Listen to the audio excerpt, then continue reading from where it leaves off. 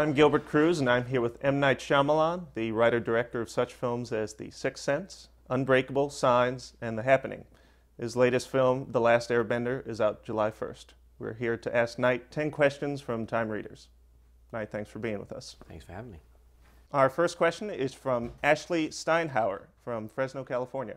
Why go from making thrillers, which you're very well known for, to a fantasy epic such as The Last Airbender? For a long time, I've had a lot of conversations with different estates and different studios about doing one of these big epic franchises.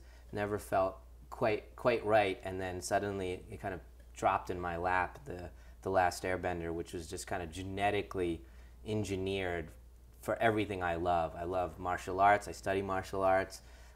It's based on a lot of Buddhist and Hindu philosophies. I was raised Hindu. The word avatar is a Sanskrit word, and it just has a lot of the philosophies that I believe in, connection with nature.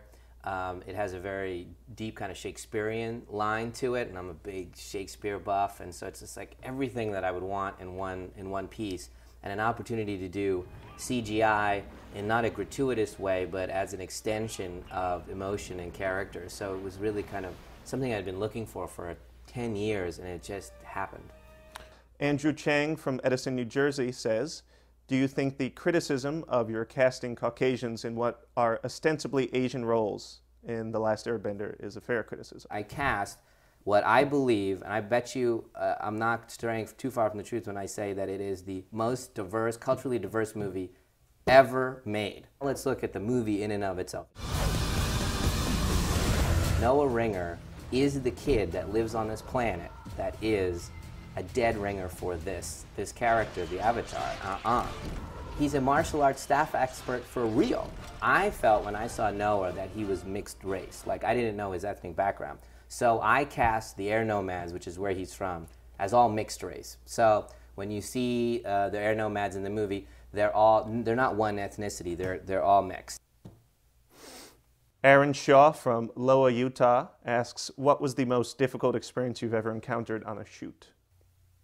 Well, I think in Airbender, probably, it's the longest movie for me. My endurance wasn't quite ready to handle that level of shoot, so I think probably 3/4 through the shoot, I lost my grasp on everything. My ability to just come into the room and know in advance and say, you need to sit here, this is not, you got to change this paint right here, we're going to do this, do that. I just lost control because you come on the set and they're 600 extras and they're battling and there's the camera equipment and everything, and I just got exhausted. And there was definitely a week there where I was running on fumes, and I felt like I had lost control of the movie for a moment, and I couldn't tell you, like, pick a color and say this is the color that we're aiming for, this target.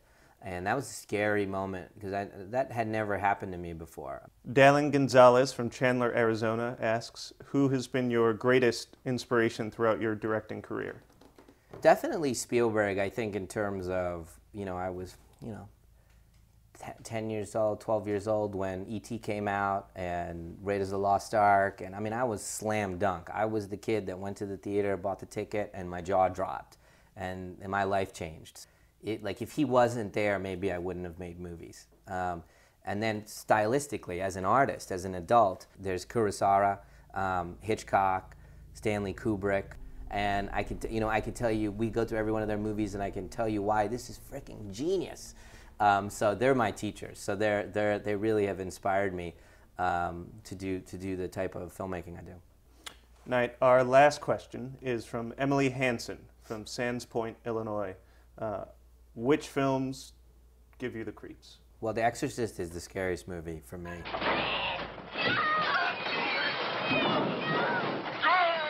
It was the perfect storm, The Exorcist, of the filmmaking that was going on, very naturalistic, documentary-style filmmaking.